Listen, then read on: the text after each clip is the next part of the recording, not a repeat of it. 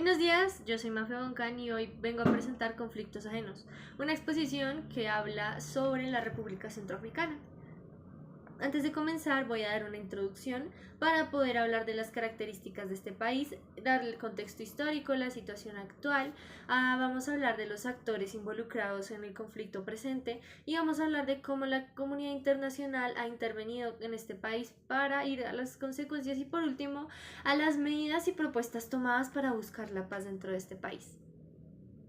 Comenzando, la República Centroafricana, Centroáfrica o también conocida como la RCA, es un país que en efecto queda ubicado en África Central. Es un país medianamente grande y tiene aproximadamente una población de 5.455.000 habitantes. Su ciudad principal, su ciudad capital y la más poblada es Bangui y tiene dos idiomas oficiales, el francés y el sango.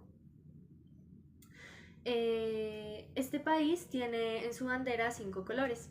El azul representa que representa la libertad, el blanco que representa la unidad, el verde que es la esperanza, el amarillo la fe por un mejor futuro en el país y el rojo que es el que divide la bandera en dos. Tenemos también en la parte superior izquierda de la bandera una estrella y tenemos el logo, el cual fue adoptado en 1963. La RCA se compone por sabanas, tiene un clima tropical con estaciones lluviosas y secas. Tiene un relieve de mesetas y sabanas, como ya lo había mencionado anteriormente, y tiene dos ríos principales, el Ibangui y el Sanga. Esta tierra es muy rica en petróleo, en uranio, en oro, en diamantes, en madera, en energía hidráulica y tiene varias tierra cultivable. El problema es que gracias a la guerra y a la mala distribución de los recursos está entre los 10 países más pobres de África y se encuentra en los 10 países más desfavorecidos del mundo. En la religión tenemos tres principales, el cristianismo, el islam y las creencias tradicionales africanas. Gracias a esto se tiene una rica religión y cultura en el país, pero también ha sido raíz, la religión también ha sido raíz para hacer grupos, segregación y formar conflictos internos. También teniendo esto en cuenta, la cultura es la gente de este país, de la RCA, es una comunidad muy festiva. Celebran mucho danzas, mercados, ferias, música tradicional y festivales agrícolas son los que se encuentran diariamente en este país. La música y la tradición oral también son muy importantes ya que con este se enseña la cultura, la cosmovisión y se cuentan las historias de este país, de padres a hijos. También la gente de este país es muy hábil en las artes, ya sea en la escultura, en el esculpido de madera, en crear tejidos, en máscaras, los cuales significan mucho para su identidad. La educación de este país es muy débil, la verdad, gracias a todo lo de la guerra hay poca cobertura y poca infraestructura para dedicar a la educación. Hay una escasez de docentes y de materiales. Para las mujeres y también para los infantes es un recurso muy escaso, es muy difícil poder también para la gente de este país aprender ya cuando tienen edad para trabajar o para ir a servir en la guerra.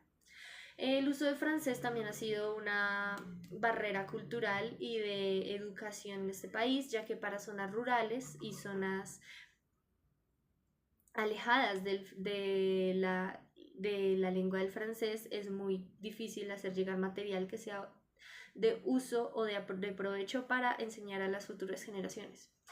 En la social, este país desdichadamente sí tiene servicios de justicia legales que vienen de parte del gobierno, pero gracias a la guerra son muy débiles. Por ende, la gente de este país prefiere recurrir a los jefes locales o a los ancianos de sus tribus, los cuales son claves para la solución de conflictos y la organización comunitaria. Y por último, el sistema de salud de este país también es muy débil. Gracias a esto, se prefiere también ir y volver a los jefes locales y ancianos, los cuales también pueden ser jefes religiosos que tienen conocimientos medicinales para darle salud a las personas, sobre todo las que más afectadas se ven en esto son a las de zonas rurales. No, contexto histórico. Este territorio está ubicado durante milenios. Es una zona en sus inicios está en una zona cubierta por bosques, conocida para ser refugio de esclavos que escapaban de que buscaban libertad y escapaban para poder tener mejores opciones de vida, en donde principalmente sus habitantes eran pigmeos babinga y bantúes. Ya después el país fue anexado posteriormente por expediciones árabes de Ban al-Ghazal.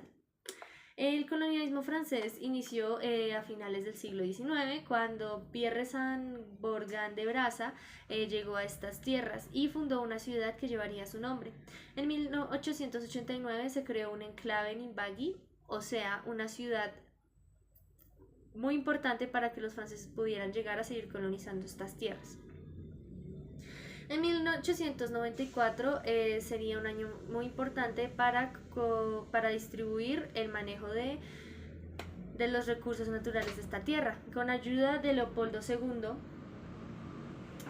Francia impulsó la explotación privada de las tierras, pero gracias a esto, entre 1900 y 1920 también se harían torturas muy brutales para explotar a los trabajadores de Centroáfrica por parte de estas empresas. En 1958 llegaría la independencia, liderada por Barthélemy Boganda, su fundador y presidente del Consejo de Gobierno de la República Centroafricana, pero moriría 2 años después, por lo cual Goumba y Dacko lucharían por el poder, dos personas que también colaboraron para la independencia. Quien sería Dacko, el afortunado de recibir el apoyo de Francia para poder encarcelar a Goumba y quedarse con el poder. Pero el 31 de noviembre de 1965, Dacko fue derrocado por su primo, el general Jean Bendel Bokassa, quien suspendió la constitución y disolvió la Asamblea Nacional. A partir de esto, Bokassa cambiaría el nombre del país al Imperio Centroafricano y se coronaría como emperador. Y gracias a las acusaciones de violar los derechos humanos del país, Francia intervendría en la Operación Barracuda, muy conocida, para restablecer a David Dacko. A partir de los 80 se llevarían 2 reformas de la Constitución para poder proteger los derechos humanos, y Pásate sabotearía las elecciones por quedar fuera. En la época de los 90 se verían muchos conflictos en el cual cada presidente sería acusado de diferentes crímenes para poder hacer reelecciones, pero estas reelecciones no llegarían a ningún lado, ya que 1 año o 2 años después se verían otra vez estas acusaciones, y así repitiendo el ciclo para ver quién se queda al poder. En el 2012 llevaría un golpe de estado por parte de grupos guerrilleros que estarían hartos por ver que el país no se lograba estabilizar.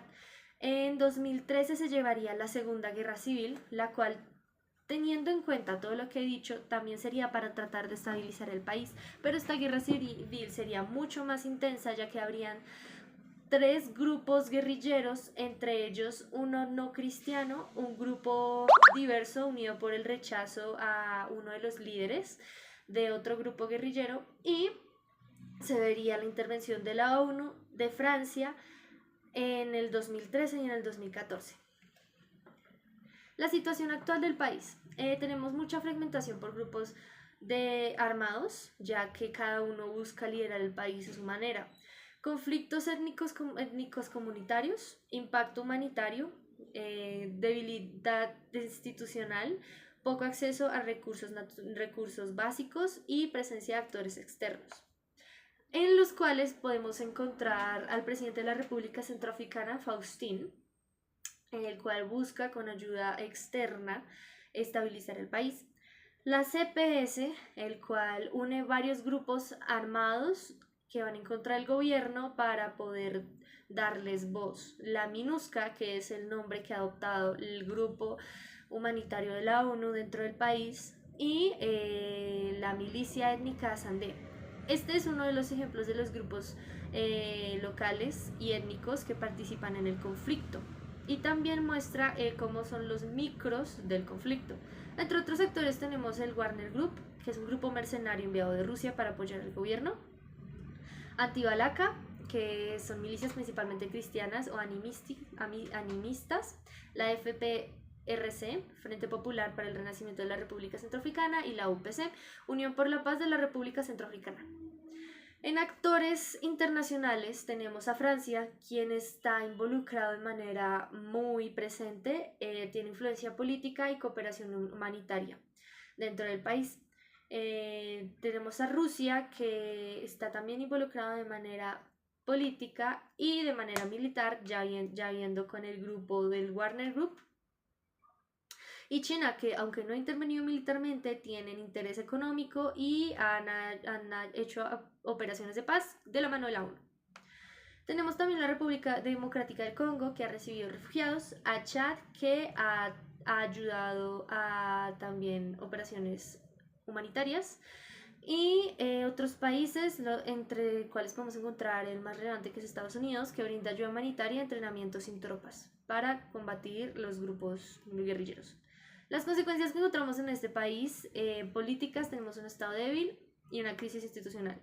En lo social tenemos divisiones entre comunidades, violación de derechos humanos, sobre todo a mujeres y niñas, ya que han sufrido violencia sexual, mucha violencia, miles de muertos y heridas emocionales y sociales en el país, económicas. Muchas personas viven con menos de $2 al día. Y pues internacionales, tráfico de armas y recursos ilegales por toda la región, no solo el país. Hay mucha dependencia por parte de la RCA hacia países externos al conflicto. Las medidas que ha tomado este país: tenemos en los acuerdos de paz, entre ellos encontramos el Libreville del 2008 y el Brazzaville del 2014, que intentan detener los enfrentamientos entre gobiernos y grupos rebeldes, pero no han tenido éxito. Tenemos el acuerdo de Khartoum 2019, firmado entre el gobierno y 14 grupos armados, promovido por la Unión Africana y la ONU. Tenemos reformas hechas en el 2016 y en el 2020, buscando reconstruir el gobierno. Y tenemos programas de reintegración de excombatientes. Y por último, las medidas económicas: programas de reconstrucción, fomento agrícola y control de recursos naturales para poder ayudar al país a tener mejor economía. Con todo esto podemos ver que este país no solo ha sufrido guerras a raíz de la segregación de creencias o de ideales, sino también todo ha nacido a partir del deseo del poder. Miles de personas desplazadas, miles de familias que han dejado sus hogares, miles de civiles que se han visto afectados de manera injusta ante este conflicto por culpa de personas que solo quieren conseguir el poder. Entonces, lo que podemos concluir es que antes de pensar en todo el poder que podríamos conseguir a raíz de ser influyentes, deberíamos pensar en los demás y tratar de buscar el bien común para formar una sociedad que esté construida a base de ayuda comunitaria y de buscar lo mejor para todos. Muchas gracias.